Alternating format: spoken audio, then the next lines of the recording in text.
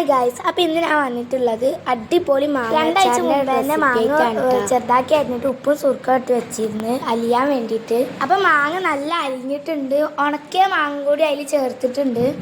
അപ്പോൾ പാൻ ചൂടായിട്ടുണ്ട്, ഇനി അതിലോട്ട് എണ്ണ ഒഴിച്ചു കൊടുക്കാം. അപ്പോൾ ഇതാ എണ്ണ ചൂടായിട്ടുണ്ട്, ഇങ്ങോട്ട് അതിലേക്ക് ഉലുവ ഇട്ട് കൊടുക്കുക. ഉലുവ പൊട്ടിയതിന് ശേഷം കടുക് ഇട്ട് കൊടുക്കുക.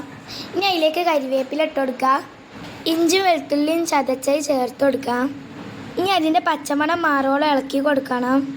ഇപ്പോൾ മാങ്ങ സീസൺ ആയതുകൊണ്ട് ഇഷ്ടംപോലെ മാങ്ങ ഒക്കെ കിട്ടാറുണ്ട്. എൻ്റെ മൂത്താപ്പാൻ്റെ വീട്ടിൽ നിന്നാണ് മാങ്ങ. അവിടെ കുറേ മാങ്ങ ഉണ്ട്. കുറച്ച് ഞങ്ങൾ പഴുക്കാൻ വേണ്ടി വെച്ച്, പഴുത്താൽ നല്ല ടേസ്റ്റാണ്. അപ്പോൾ ഇതാ ഇനി നമ്മൾ ഇതിലേക്ക് മാങ്ങ ഇട്ട് കൊടുക്കാം. ഇനി നമ്മൾ ഇതിലേക്ക് മുളകും പൊടി ഇട്ടിട്ട് നല്ല മിക്സ് ചെയ്ത് കൊടുക്കണം. എൻ്റെ അമ്മച്ചി അച്ചാറും പൊടി അല്ല ഇടയിൽ മുളകും പൊടിയാണ് കേട്ടോ. ഇനി ഇതിലേക്ക് കുറച്ച് സുർക്കം കൂടി ഒഴിച്ച് കൊടുത്തിട്ട് നല്ല മിക്സ് ചെയ്ത് കൊടുക്കണം. ഉപ്പിൻ്റെ കുറവുണ്ട്, അതുകൊണ്ട് ഉപ്പ് ഇട്ട് കൊടുത്തിട്ടുണ്ട്. കല്ലുപ്പാണ് ഇട്ട് കൊടുത്തത്. ആ പാത്രത്തിൽ ഇളക്കാൻ പറ്റാത്തതുകൊണ്ട് വേറൊരു പാത്രത്തിലേക്ക് മാറ്റിയിട്ടുണ്ട്. കുറച്ച് സുർക്കൻ്റെ കുറവുണ്ടായതുകൊണ്ട് കുറച്ചും കൂടി സുർക്ക ഒഴിച്ച് കൊടുത്തിട്ടുണ്ട്. അപ്പോൾ അതാ നമ്മളെ സിമ്പിൾ മാങ്ങച്ചാറ് റെഡി ആയിട്ടുണ്ട്. അപ്പോൾ എല്ലാവരും ഒന്ന് ട്രൈ ചെയ്ത് നോക്കണം, സിമ്പിളാണ്. അപ്പോൾ എൻ്റെ വീഡിയോ കാണുന്നവർ എൻ്റെ ചാനൽ ഒന്ന് സബ്സ്ക്രൈബ് ചെയ്യണം. ലൈക്കും കമൻറ്റും ഇടാൻ മറക്കരുത് കേട്ടോ.